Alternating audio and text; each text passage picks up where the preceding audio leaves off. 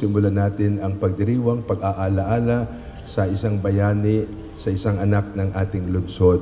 Alam niyo po, ang isang bayani may puso ng dakilang lumikha, kaya may malasakit sa bayan at may pagpapahalaga sa mga mamamayan. Marapat lamang si ating alalahanin sa kanyang 110 taon na pag-uwi sa langit na kanyang tunay na tahanan upang makapisa ng Diyos na sa kanya ay lumikha.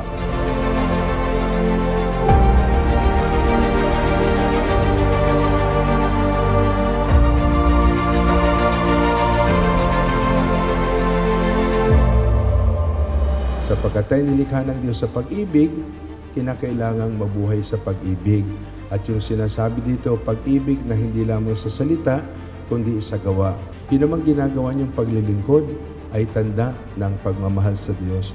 Kaya ang inyong paglilingkod at pananatili ay katibayan na meron kayong puso ng dakilang lumikha. May puso ng Diyos. Isang pusong mapagmahal, kaya nagmamalasakit.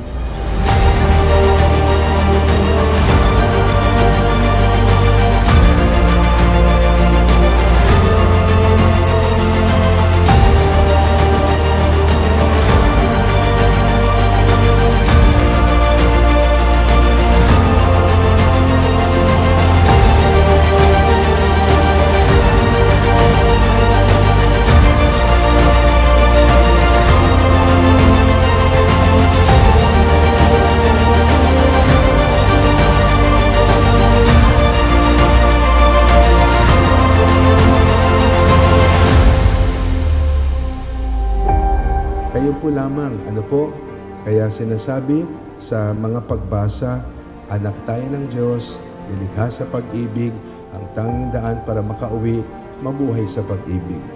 At ang inyong paglilingkod, ang nag-uudyok, pag-ibig.